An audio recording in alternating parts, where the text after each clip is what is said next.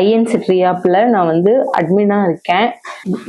போதை மறுவாழ்வு மையம் இது எதுக்கு இங்கே வச்சுருக்கோன்னா, ட்ரிங்க்ஸ் அடிக்ட் ஆகிறவங்களுக்கு திருத்தி மறுவாழ்வு கொடுக்கறதுக்காக வச்சுருக்கோம்.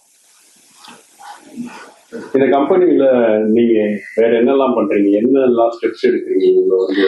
அவங்களுக்கு நல்ல counselling sir, first counselling, treatment இதெல்லாம் பண்றோம். இதனால ஒரு 100% சரியாகிறதுக்கு வாய்ப்பு இருக்கு சார். நீங்க கையாளுற முறைகள், ஸ்டெப்ஸ் என்னெல்லாம் எடுக்கிறீங்க? டே டு டே பை டேல என்னெல்லாம் இருக்கு? காலையில 6 o'clock வந்து யோகா சார். அப்புறம் ரொட்டீன் என்னென்ன பண்ணணும்னு இருக்கு, அந்த அந்த லைன்ல வரும்.